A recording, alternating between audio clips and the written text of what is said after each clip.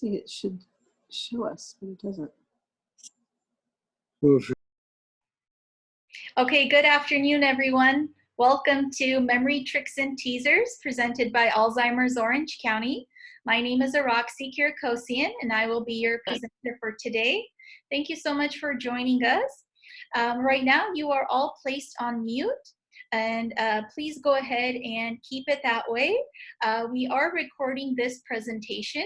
If you do have any questions, you can use the chat box, and myself or my co-host, Melissa Clabe, will go ahead and respond.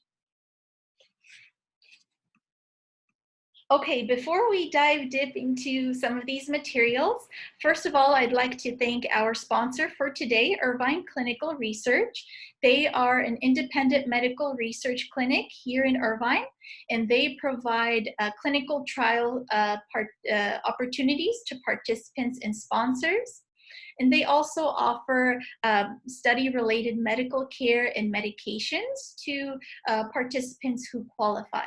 If you are interested in learning more about who they are and what they do, please go ahead and visit their website at irvineclinical.com. Thank you so much, Irvine Clinical Research, for sponsoring this presentation. A couple of housekeeping items before we get started. Like I mentioned, this presentation today will be recorded, and of course, privacy and confidentiality will be maintained, and only my video will show up in the recording. If you have a question, go ahead, put it in the chat box, and right now you're all placed on mute. And also, if you can hear me and you can see me, go ahead and give me a reaction. Give me a thumbs up at the bottom so I can see that you can hear me and see me. Also, I will also try to allocate about 5 minutes at the end for a Q&A session.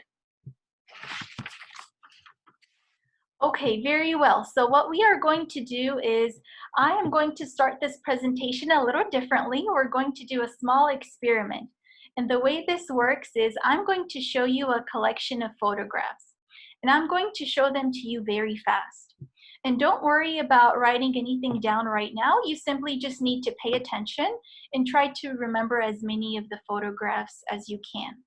In about 10-15 minutes, I will go ahead and test your memory to see how many of the pictures you remember.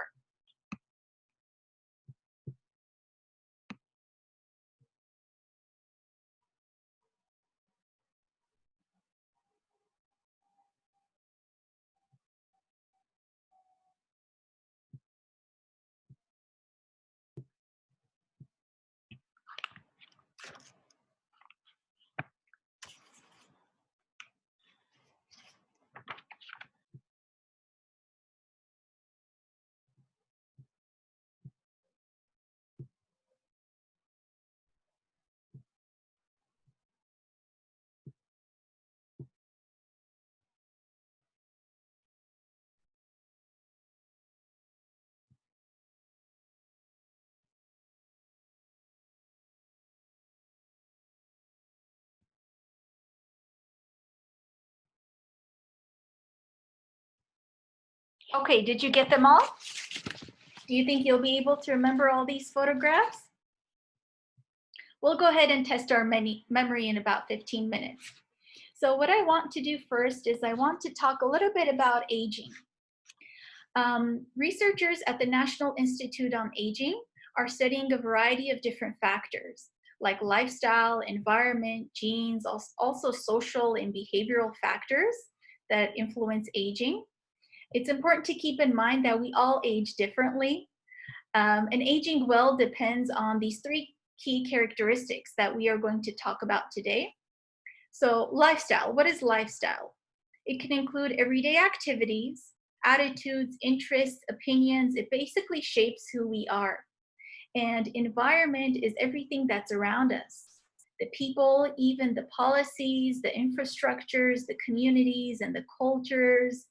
And genes, although there are certain genes associated with longevity, there are things that we can do to maintain a healthy body, a healthy brain, a healthy heart. In fact, something called the Danish twin study revealed that only a small fraction of longevity is hard-coded into our genes. The rest is predicted by lifestyle. This is good news because it tells us that healthy lifestyle choices may help to maintain a healthy body, a healthy brain, a healthy heart, and may help to reduce your risk for cognitive decline. Also, I want you to think about aging and what it means to you. So in the 1900s, the average life expectancy was about 49 years old. Can you guess what the average life expectancy is today? Go ahead and put it in the chat box. I'd like to see your responses and your guesses. Although we are living longer, are we living healthier? Not necessarily. So I see a lot of responses, 70s, 80s, 85, you're all on the right track. The average life expectancy today is about 80. We are living longer. Are we living healthier? Not necessarily. So about 61% of Americans 65 and older are experiencing multiple chronic health conditions, unfortunately. Thus, it is so critical for us to practice healthy aging. And the good news is that we have control over our lifestyle choices. Everyday decisions and choices shape who we are, and they contribute to our overall health. And humans have the capacity to actually live longer than 80. Living into our 80s, 90s, 100s is a perfectly realistic expectation for a lot of us.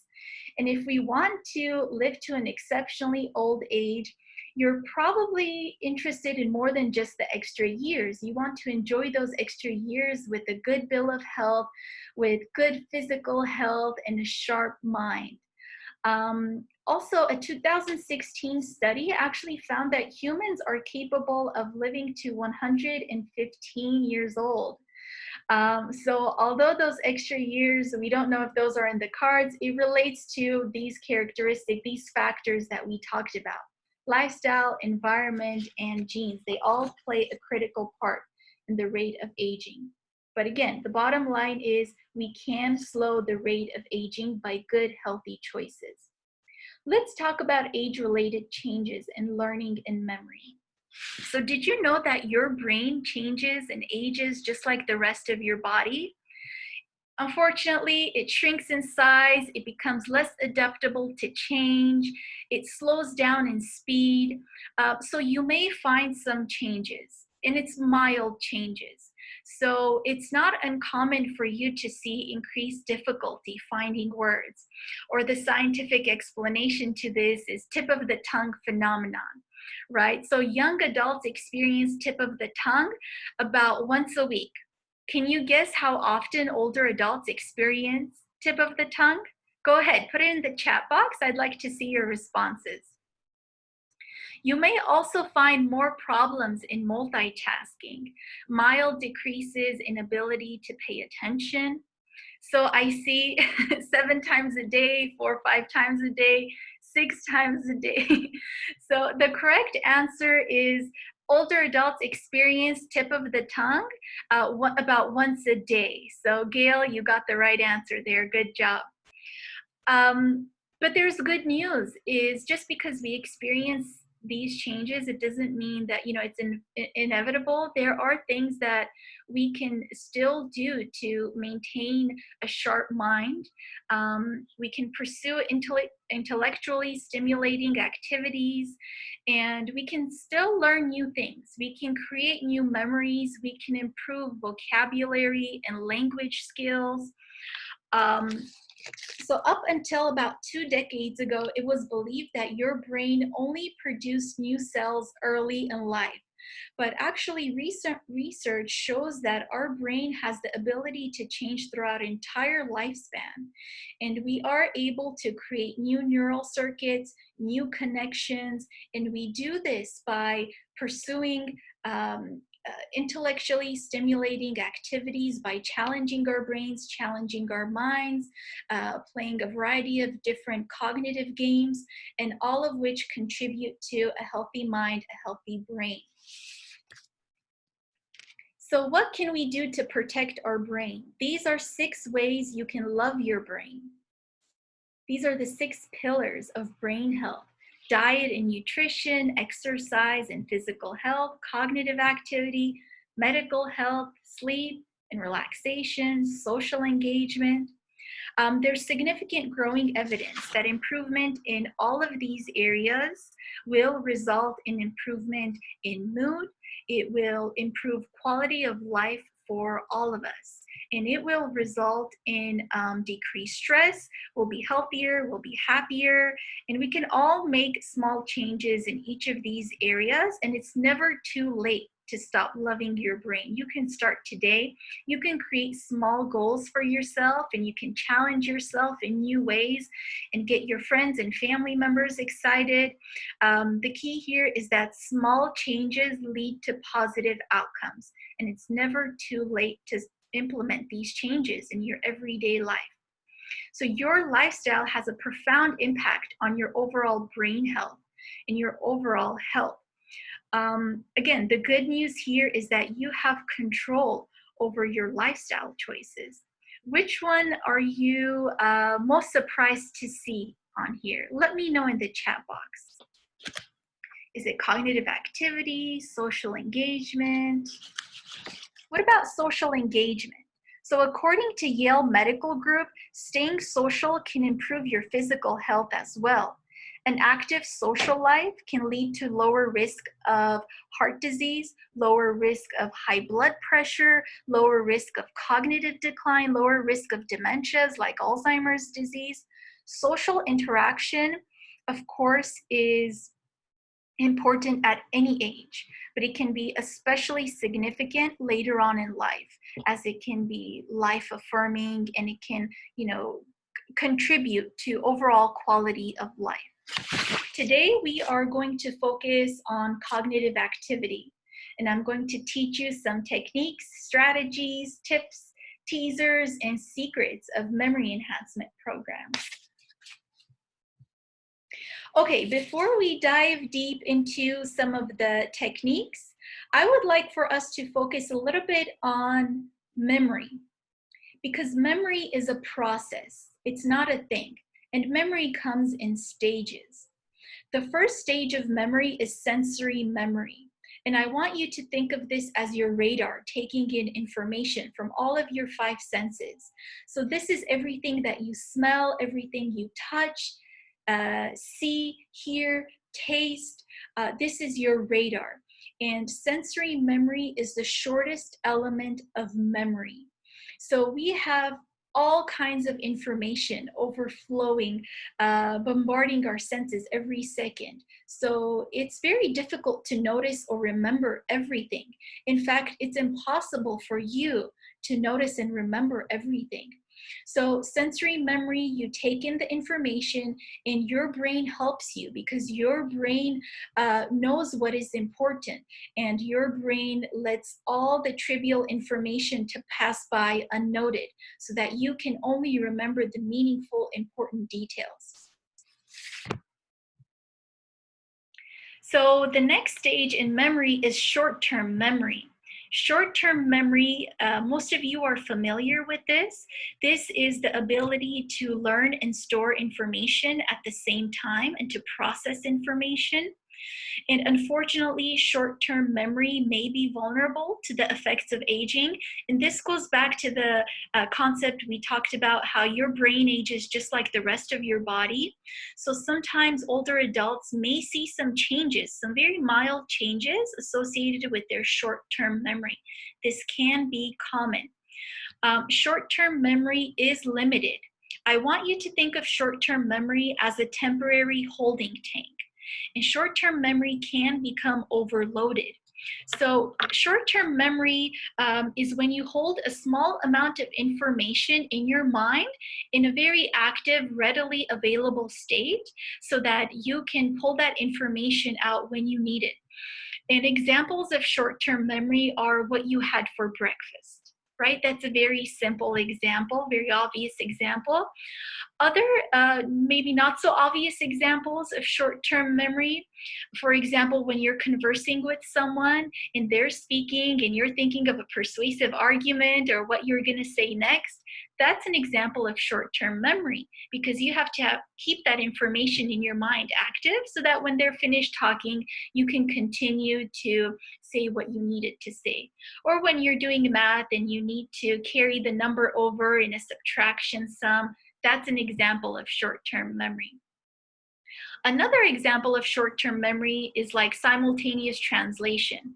When a translator is taking information in one language, keeping it in their mind, it's active, it's readily available, and they can translate it into another language. So those are all examples of short-term memory. I think the easiest one for us to associate short-term memory with is everyday activities, like what you had for breakfast. So short-term memory is a necessary step towards the next step of memory that we're going to talk about, and that's long-term memory. Long-term memory is for very old memories. These are like your childhood memories. And unlike short-term memories, long-term memories are not limited. And this is a permanent storage of memories. And usually it's not forgotten with increasing age. So despite our everyday impressions of forgetting, research actually shows us that our long-term memories decay very little over time. So it can be common for you to notice changes in your short-term memory, but unless you have a serious cognitive memory disorder, usually there's no changes with long-term memory. Long-term memories are permanent old memories. You might forget what you had for breakfast this morning, but you're not likely to forget your favorite teacher's name in grade school, right? That's an example of long-term memory. Also, some other examples of long-term memories. For example, you might forget where you were during the first landing of the moon, or where you were when President Kennedy was shot, or most recently during 9/11, right? We remember events like that because they had a significant emotional impact on us, whether it was positive or negative. It was novel. And there's a small almond shape in our brain. It's next to the hippocampus. It's called the amygdala. And the amygdala is responsible for processing emotional memories. And emotional memories are very powerful memories. So it's very critical for us to take information in and to make it important to us, to make it novel to us, to make it impactful and meaningful, because that's how our brain takes in information, and that is how information is encoded in the first place. So if you want to create very strong, powerful memories, you have to practice the techniques that I'm going to teach you today, and you have to make information meaningful to you. It is easier said than done, but we will show you some examples today, and we'll teach you how to practice and apply these techniques in your everyday life. If you have any questions, remember you can always use the chat box feature. You can type your question and myself or my co-host will respond. So let's move forward. Okay, let's talk about the general strategies for any memory enhancement program. So these strategies will be your basic tools, and this will be the foundation. So it's very important for you to take note of this. So in order for you to apply these techniques in your daily life, you need to note these three things. You need to pay attention. Paying attention is so important because paying attention is the first step in creating a memory. Paying attention is the first step in creating a memory. And I just repeated that twice. So if you notice, that's good. You're paying attention. We need to pay attention to move information from our short-term memory to long-term memory. This is important because a lot of the times older adults complain about changes in their memory. And oftentimes it can be associated with a paying attention problem rather than a memory problem itself. So it's critical for us to practice how to better pay attention, how to focus, how to concentrate. And the next step is forming associations. So when we form associations, this is natural for us because your brain does this automatically. Your brain does this naturally to take in unfamiliar information, and it relates it to information that is familiar. So we make the analogy of the brain to the computer. So think of your brain as a computer, right? You take this information, you try to put it into file folders that make sense. And everything within that file folder have something in common, and it can be given a name. So when we associate, we do this. Same concept, same idea. We take new information, we make it meaningful, and we associate it with things that's familiar to us. And we'll practice this today. So the third tool that you will need is the skill of visualization and visual imagery. This does take some practice, but it is very effective and very powerful. And this again relates to emotional memories and how we talked about the amygdala, how it's responsible for processing these emotional memories. So anytime that you can visualize, anytime that you can come up with an image, this will activate neural circuits in your brain, and this will enrich your memory ability. We'll go ahead and practice this today. There's basically two ways that you can visualize. And I do see a pattern when I teach these memory enhancement programs. Some students like to come up with very vivid, elaborate, dramatic, animated images. And some students tend to come up with very logical, practical, everyday life images. I do encourage you to think outside the box and to use your creativity and to imagine that you're coming up with a children's novel or a children's story or a children's cartoon. That will allow you to be a bit more creative. And I encourage you to think of silly, wacky, elaborate images, because then those tend to be more memorable than practical, logical images, because those stand out to us. Those are more novel, and they invoke some sort of an emotional response. Whether positive, negative, it makes us laugh, it makes us feel a certain way. So all of that is enriching your memory ability. So the first technique that I'm going to teach you today is called the Look, Snap, Connect. This was invented by Dr. Gary Small at the UCLA Longevity Center. It's very simple and effective. And the way this works is in 3 simple steps. The first step is you look. And this is when you pay attention and you focus and you concentrate. And you actively observe, because if you can't pay attention, there's no way that you can encode this information. You can't form that memory. Snap is like taking a picture, like a mental snapshot. And connect is simply your associations and you linking the images together. Let's do a very simple example together. Let's say that you have to remember these 2 objects, helicopter and palm trees. Use the Look, Snap, Connect. How can we connect these 2 unrelated images into one image, into one unique image? Go ahead, put it in the chat box. I'd love to see some of your ideas. Let's brainstorm together. What is one way that we can put these 2 images together, helicopter and palm trees? I see some familiar names. Some of you have attended my memory enhancement programs in the past, so you should be familiar with this one. Helicopter hovering over palm trees, flying over Hawaii, blades and palm forms. I see a lot of great ideas here. Very good. So maybe something like this, right? We took those 2 unrelated images and we put them together into one unique, memorable image. Let's do a more practical, more real life example. let's say you go to Irvine Spectrum and you need to do some shopping. So you parked your car in this huge parking structure, right? You're on the 3rd level, you're in section B. So level 3B, what can you do to remember where you parked your car? So what you can do is, of course, you can pick an anchor. A lot of people choose to do this, and I hope it's not the car next to you. So that was a joke. When I do this in person, I get a lot of laughs. So hopefully I got some laughs and smiles out of you.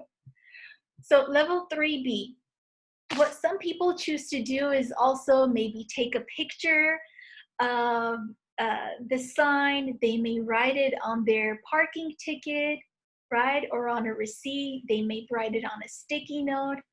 Those are all good memory aids, but you're not necessarily exercising your brain. You're not challenging your brain because you are relying on that picture you took or that note you wrote on that sticky note or on that receipt. So what you're going to do in this instant is use the Look, Snap, Connect.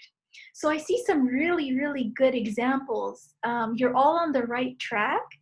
Maybe something like this, 3Bs buzzing on top of your car, right? So you're thinking about what level 3B reminds you of, 3B, what it sounds like. And you need to be a little creative, but there is no right or wrong here. The possibilities here are endless, and it's important for you to do what works for you. Let's do another example. Let's say you parked your car on level 5E. What does that remind you of? Think about 5E. Does that remind you of anything? Can you associate it with anything that's familiar to you? I had a student who said, well, E is the 5th letter in the alphabet, so that will help me to remember 5E. And that's a really great example, but again, I encourage you to think outside of the box. Is there anything wacky, silly that you can come up with? Again, there's no right or wrong here. You do what works for you. So I see Ava says 5 elephants. Carol says 5 ears. Very good, perfect. So Ava, you might have attended maybe my program in the past, or you've seen my PowerPoint slides, because we're thinking along the same lines here. She says, no, I have not. Very good, that was perfect. So 5 elephants pushing your car, right? Kay says 5 eggs on my car. Melissa as well, 5 eggs, very good. So great minds think alike, right? You do what works for you. And the reason why we do this is because, again, it's meaningful, it's impactful, it makes us feel a certain way. And this relates to the sensory memory, where we take in information by using all of our 5 senses. And what you can do is you can take it a step further, is actually stop for a second and imagine if this were to really occur. How would it make you feel? What sounds would you hear? What would this taste like, feel like, smell like, right? For example, with the 5 Bs, if you walked towards your car and you saw these 5 giant bumblebees buzzing above your car, it would make you feel nervous, maybe a little anxious, right? Or maybe with the 5 elephants, it's cute, it's funny, it's creative, and because of that, we are more likely to remember it, right? As opposed to writing it down on our phones or writing on our parking ticket, right? If you do like to write things down and have it as backup, that's great. Continue to do that. But I'd like to encourage you to challenge yourself every now and then, because the key here is for us to improve our memory capacity. Let's do another real life example. Let's say you have to run 2 errands. You have to pick up eggs and go to the post office. So what do we do here? We visualize each image separately. We know what eggs looks like. We can come up with an image for post office, whether it's the mailman, whether it's a stamp, whether it's our mailbox, right? We take whatever images that we came up with and we combine it together. Same idea with the level 3B, with the 5E. So, but in this situation, these are errands that we have to do. So we have to pick up eggs and go to the post office.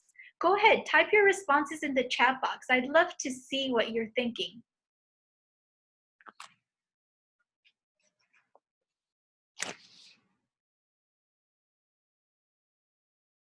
Ava says, if it's funny, I'm more likely to remember it. Exactly, very good. Susan says, fragile package. Wonderful. Putting the eggs in the mailbox. Perfect, Sandy, I love that. Ray says, sleeping palm with HC wings eggs in my postbox. Okay. Carol says, envelope with Mr. Egg. Very good. So these are all amazing examples. You're all on the right track. Mark says broken eggs in post box. Very good. Or maybe something like this, right? An egg with a stamp on it. This is what works for me, right? You do what works for you. So this is just another real life example. Let's do another one. You have to run 2 errands. You have to go to the hardware store to make a spare key, and you need to call the tree trimmer for the big tree in front of your house. So we think about these 2 errands and we try to come up with an image for each bullet point. So we can come up with an image for a key, we can come up with an image for a tree. Now, how do we take those 2 things and combine it together?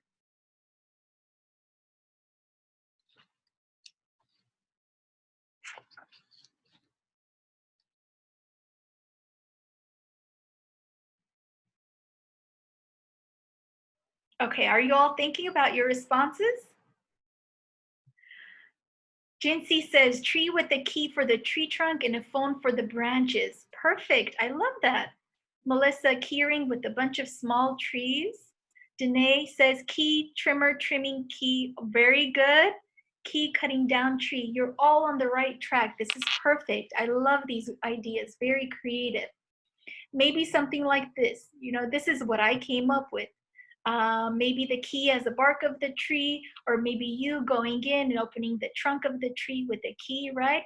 If you focus on this image that you've created for just a couple seconds, this really activates the neural circuits within your brain, right? This allows for also an enjoyable recollection. Think about it. This is more creative rather than writing it down on a sticky note or in your phone, right? You're exercising your brain, you're challenging your brain. Okay, so what we are going to do is, do you all recall how I showed you a collection of photographs earlier? So what I'm going to do next is I am going to show you 2 pictures. One picture is one that you've seen and one picture is one that you have not. And basically what you need to do is identify the correct photograph that's familiar to you. You do need something to write with. So go ahead, get a piece of paper and a pen and write your answers. Don't write it in the chat box. Write it to yourself and we'll go ahead and see how many we were able to identify correctly. I'll give you a couple seconds to gather a piece of paper and a pen.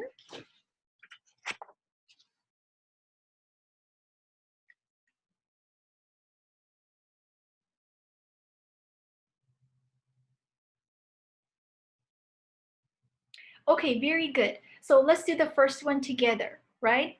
I'm giving you 2 options. Do you recognize photograph A or photograph B? The black cat or the red rose? Write it down on your piece of paper and we'll review the answers in a little bit.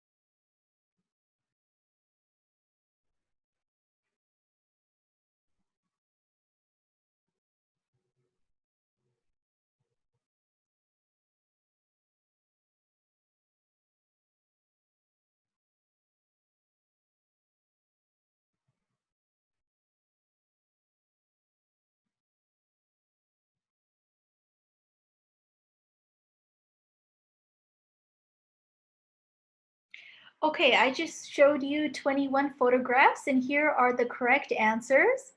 Go ahead and compare it to the answers you came up with and let me know how you did in the comment box.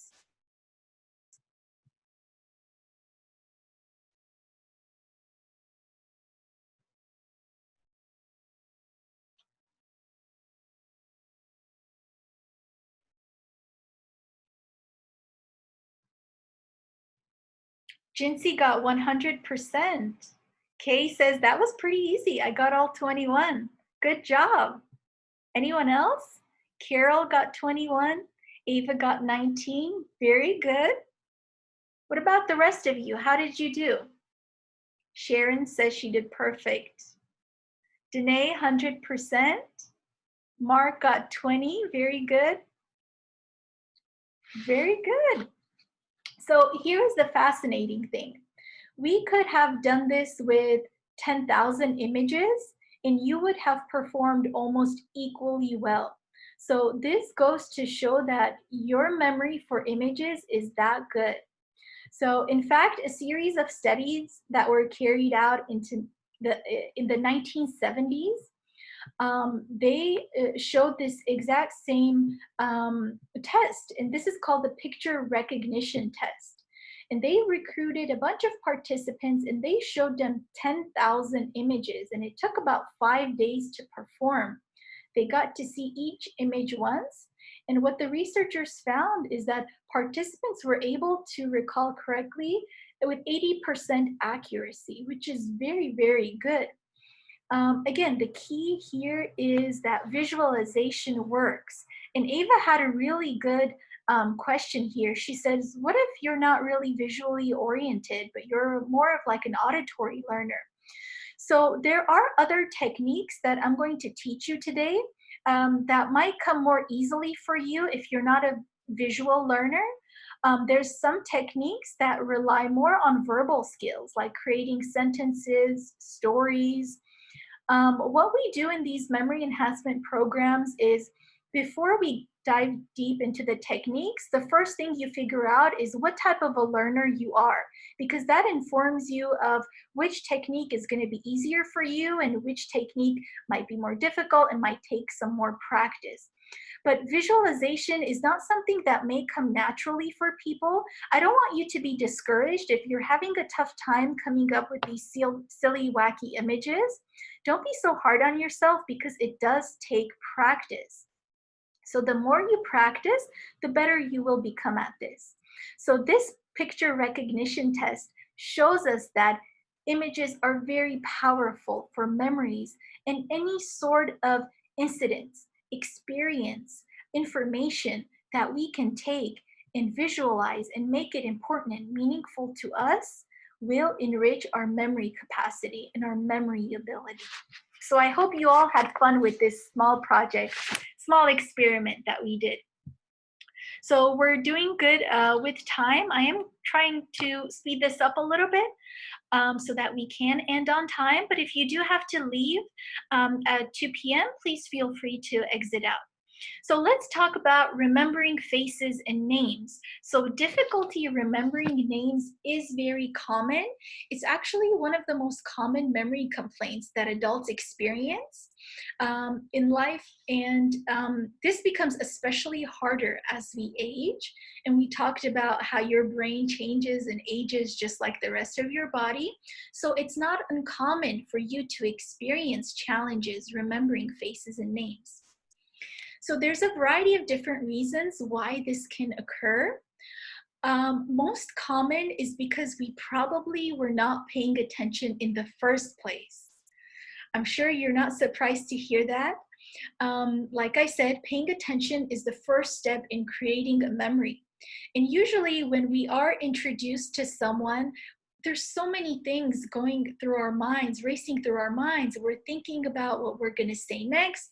We're thinking about their impressions of us. So all this information is distracting and it doesn't allow us to concentrate on their name. So it does require some effort on our part. So the first step is for you to pay attention. And so you can encode that information and later on be able to retrieve it. Let's do a very obvious example, and this is just to showcase how you can use this technique. For example, you meet your neighbor and he introduces himself as Mr. Burger, right? This is very obvious. So you think of something that reminds you of his name, which is a hamburger, right? You know what a hamburger is, so you associate it with his name. You can take it a step further and imagine your new neighbor, Mr. Burger, biting into a hamburger. Or if you're like me, you come up with these silly, wacky images. You can imagine a hamburger placed on top of his head. And that can make you laugh, that can make you, it invokes memory, it invokes emotion, and that's the key here. So later on, when you do meet Mr. Burger again, this will allow you to remember his name because you created that association in the first place. So when it comes to remembering names, all names can be placed in two categories. There are names that are easy to come up with images because they remind you of something. These are names like Brooks, Shields, Carpenter, Bishop, Seagull, right? If you meet Mr. Seagull, you might think of seagulls, or if you meet Mrs. Katz, you might think of cats playing together. You can come up with images like that.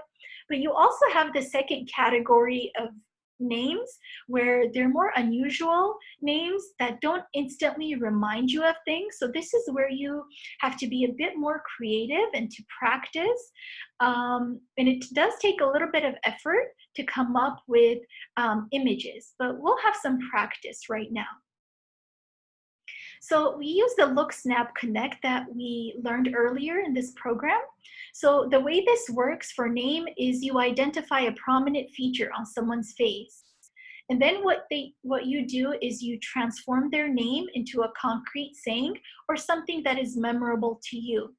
And then finally, you form an outrageous, exaggerated image associating that feature with the transformed name.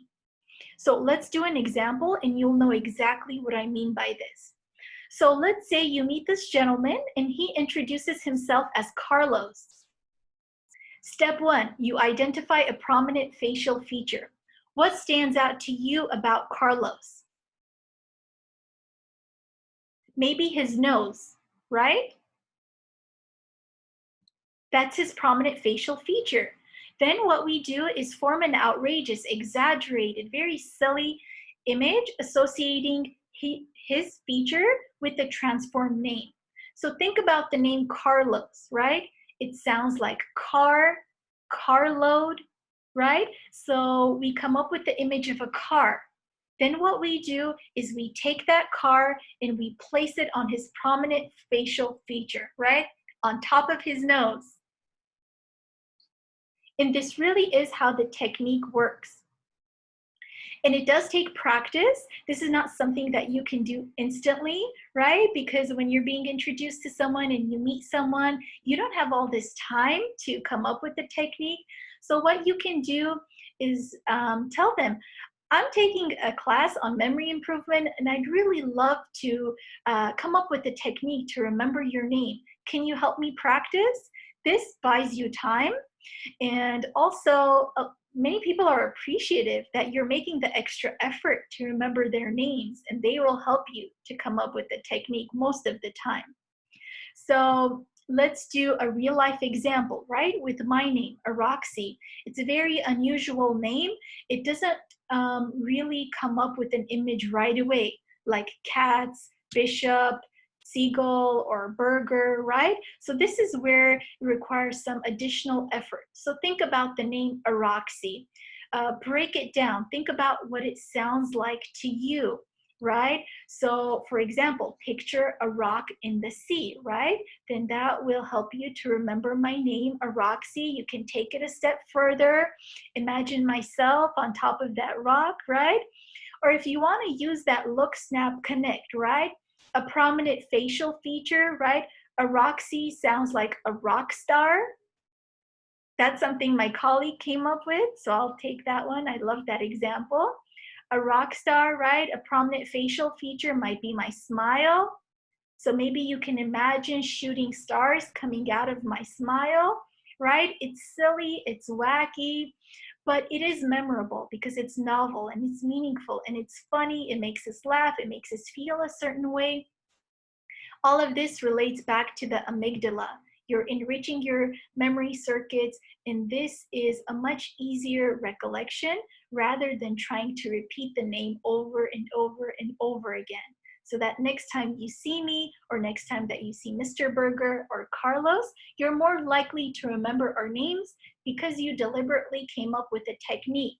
And if it's the technique that you came up with, it's your very own technique, you'll be more likely to remember it.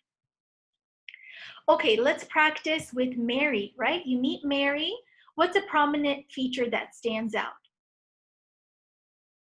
Maybe her hair, right? The first thing. And don't dwell on this, right? Don't over-labor it. Just pick the first thing that stands out to you. So maybe her hair, right? And what does Mary remind you of? What does it sound like? Maybe marigolds, right? So you can imagine marigolds all over her hair, all over her blonde hair. I am going a little bit faster because there are some other things that I would like to teach you today. For example, Harrison, right? What stands out to you about Harrison? His hair, right? And Harrison, maybe hair that glitters in the sun. Again, there's no right or wrong. You do what works for you. Okay, so let's talk about the body part technique. This personally is my favorite technique because it is so simple, so effective, and it requires very little effort. And I hope you will also be enthusiastic about this technique because it works very, very well. And the way you go about this is you use your body as your anchor. And it's simple because you don't have to think about your body parts because you know that you have shoulders, you know that you have eyes and head and hair. You don't have to remember this information. You capitalize on this. So you can use this technique to remember virtually all kinds of information. Information on a to-do list, the errands you need to run, a shopping list, right? It's especially useful if you need to remember something in order. So I will walk you step by step through this, but basically the way it works is you pick 10 places on your body. You start from the top and you go all the way to the bottom. And you associate each body part with an image on your list. You use mental images. And simply to remember the list, you start at the top, work your way down, and you think of each images, and this will jog your memory. So let's do a technique, let's do an example together, and you'll know exactly what I mean by this.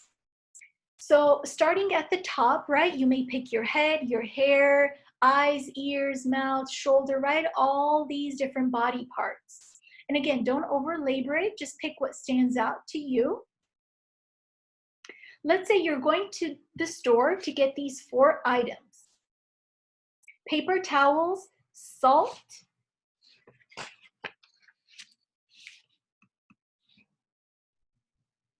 so what you do is you start at the top, and this is a short list, so you will only need 4 body parts because you have 4 items on here. So paper towels, salt, bananas, and eggs.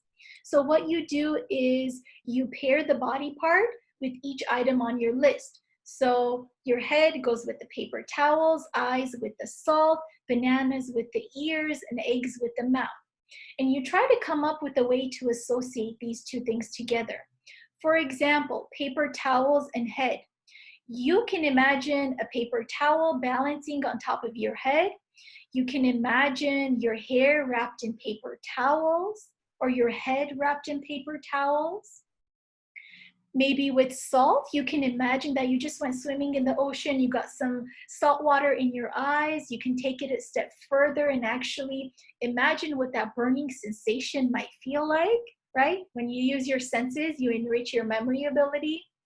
So bananas and ears, you might For example, think of 2 bananas sticking out of your ears, or maybe you have little banana earrings as jewelry. And eggs in mouth, maybe you can imagine yourself biting into a raw egg and actually feeling the eggshells in between your teeth, right? It's not very pleasant, but that's okay, right? You do what works for you, and you're processing this on an emotional level. This is a very deep level of processing, but it is very effective when you do this. So later on, when you go to the store and you're thinking to yourself, okay, I needed to get these 4 items. I don't remember what they were. I know that I used the body part technique, so what do? Let me start at the top. So my first body part was my head or my hair. That's right, I had paper towels balancing on my head, or my hair was wrapped in paper towels. So that's what I need to buy. And my next body part are my eyes. There was something about my eyes burning. I was swimming in the ocean. That's right, salty eyes, so I need to buy salt. Same thing with the ears and the bananas and so on and so forth. So you get the idea here. And you can do this with a long list, right? You can do this with 10 items because you've picked 10 body parts. Once you have more items, like 15, 20, you can pick more body parts, right? This is very simple. This is very effective. And I challenge you and I encourage you to adopt this next time that you go to the grocery store.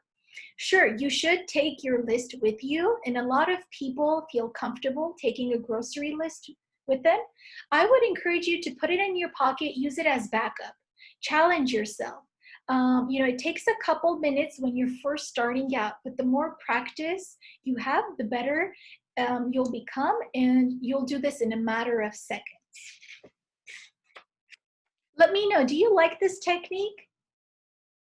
Put it in the chat box. Give me a yes or give me a no. It's not for everyone, right? And you take these techniques and you modify, you alter it, you do what works for you, right? Some people, this is very difficult to implement. So you just use the techniques that are more practical, feasible for you. Okay, let's talk about remembering a phone number, right? Nowadays, we don't really have to remember phone numbers. We just program it in our phones. We never have to think about it again, right? But it's important for us to pursue, cognitive activity, to challenge our brains. So let's say you need to remember this very important phone number, 876-1776, right? Numbers are difficult to remember because they're not very meaningful. Sometimes it's just unmeaningful, unfamiliar series of numbers that don't really remind us of anything. So this is where we need to be a bit more creative. So 876, that's like counting backwards, right? So we can remember that, 876. What about 1776? What does that remind you of? Let me know in the chat box, 1776. Does that remind you of anything?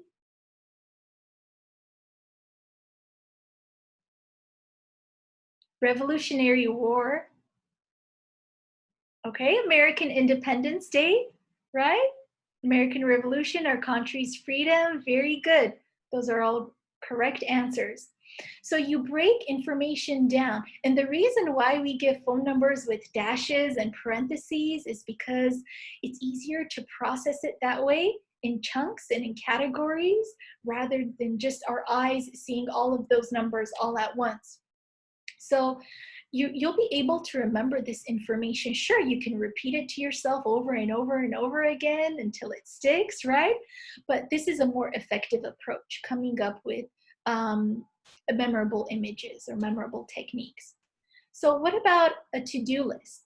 Let's say you have to replace a AA battery in your smoke detector and you have to order a chocolate raspberry birthday cake, right? You wake up in the morning, these are 2 important things that you have to do for the day.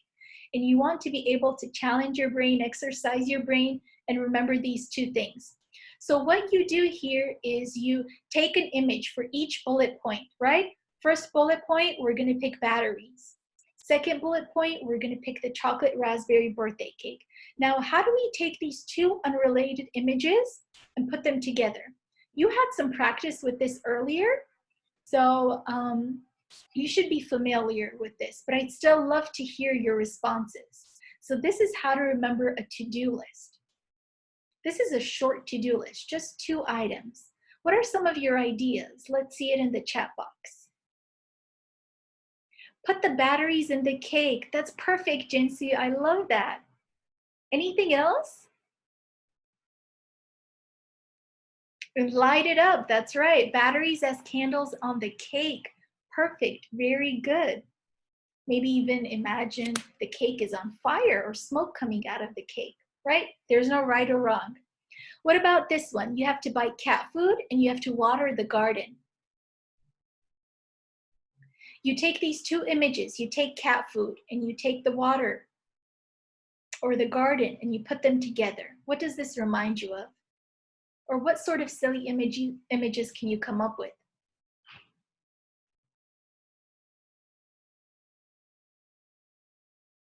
Watering the cat standing in the garden. Okay, very good, Kay. Water cat food to make it grow. I love that, Sandy. Ava says planting the cat food, watering it, and then the cats grow. Wow, you're all very creative. I love it. Maybe something like this. Maybe your cat standing on its hind legs, watering the garden, right? It's funny, it's silly, it makes us laugh. We're more likely to remember it. Okay, let's move on. Let's say your friend recommends you this really great album. She says you have to listen to this album. It's Tangerine Sky by this really cool band, the Catfish, right? You don't have anything to write it down. You know, you really respect your friend and and you want to be able to remember this. So what are you gonna do? What kind of image are you gonna come up with? Tangerine Sky by the band Catfish.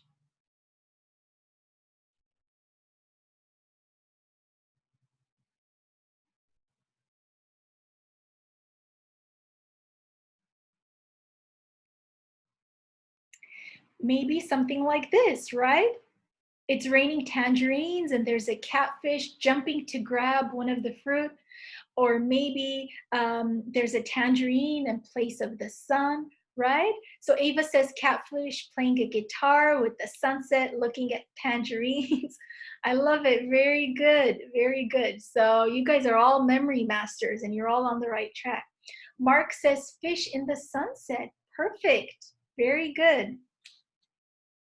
Okay, now let's talk about the sentence technique. This is especially useful for people who have trouble coming up with images. They're more auditory, verbal learners. So what you do in this situation is you make up a sentence or a story that contains the items on your list. You do try to visualize as much as possible as you do this, but the primary goal here is to come up with a very memorable sentence or a story. And you recite that story or sentence to yourself a few times. The reason why this is effective is because communication, storytelling, right? This is at the root of our ability to communicate with each other, to process information, to understand the world around us. So this works especially well when you are trying to remember items. For example, right, you get up in the morning and you think of your 3 things that you have to do. You have to buy cooked chicken, bring flowers to a sick friend, and RSVP to your nephew's wedding, right? You look at your to-do list, and you want to remember it later on during the day. So here, what you do is you pick an image or something that stands out to you, right? A key from each bullet point, and you come up with a sentence. And it works well if you imagine or pretend that you're writing a children's novel or a children's story, right? Because you want it to be as silly as possible. So let me know, what are your ideas? Let me know in the chat box. Buy cooked chicken, bring flowers to a sick friend, RSVP to your nephew's wedding. What kind of a sentence can you come up with chicken, flowers, wedding?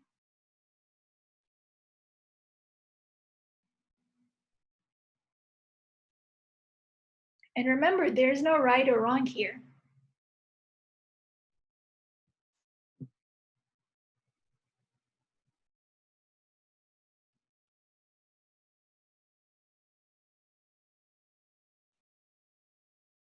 Okay, while you are all coming up with ideas, what I came up with is the chicken brought a bouquet of flowers to the wedding. You can take it a step further, actually close your eyes and imagine, what if that were to occur in real life? What if you were to go to a wedding and a chicken walked in with a bouquet of flowers? Wouldn't that be hilarious?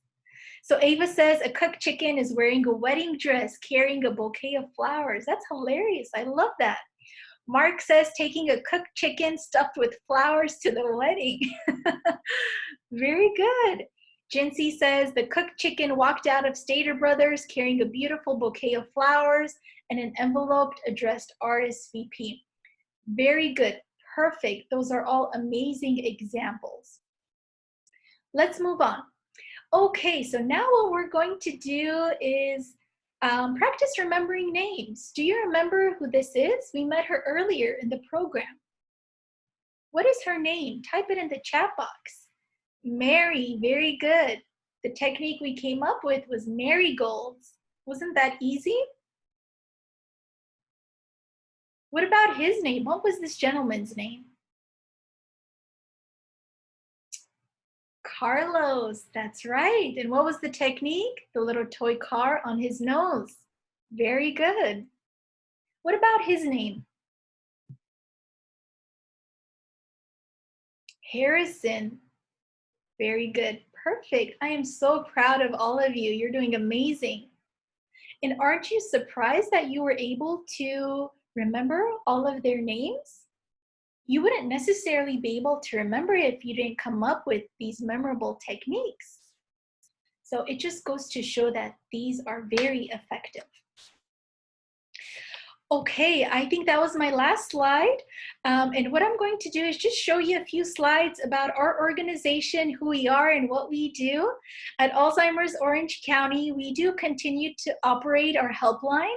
So it's right here, and we provide telephone support, emotional support. We can link you to community agencies and resources. We may not always pick up right away, so please leave us a message and we'll get back to you within the same hour. So if you are in need of any assistance, if you have questions, please have our helpline number handy. We'd love to hear from you. Also, if you're on Facebook, it's very important that you connect with us. Visit us on Facebook. Give us a like, give us a thumbs up. This way you can be notified every time we go live, every time we post something exciting, a news, you can see it and you can connect with us this way. And you can also visit our websites. We have free monthly webinars. We have recorded videos. We have all kinds of interesting things that we do during this time. So please feel free to visit our website, connect with us on Facebook, and give us a call on Helpline. We'd be very happy to connect with you. It was a pleasure presenting to you today. Thank you so much for being with us. I hope you enjoyed this little teaser. This was just to get you excited about some of our MindFit programs. We have a variety of interesting programs, like our 4 weeks to a better memory. I see some of my past students and past participants here. Thank you so much for coming back. We have a brain boot camp. We have cognitive screenings and memory screenings. We do very exciting memory enhancement, brain health education and promotion. If you enjoyed what we did today, connect with us, stay in touch with us so that you can participate in some of the other exciting initiatives we have going on. We are all done for today, and if I was successful in recording this, I will be sure to make it available to you. Thank you all so much, and I hope to stay in touch with you soon. Take care. Bye-bye.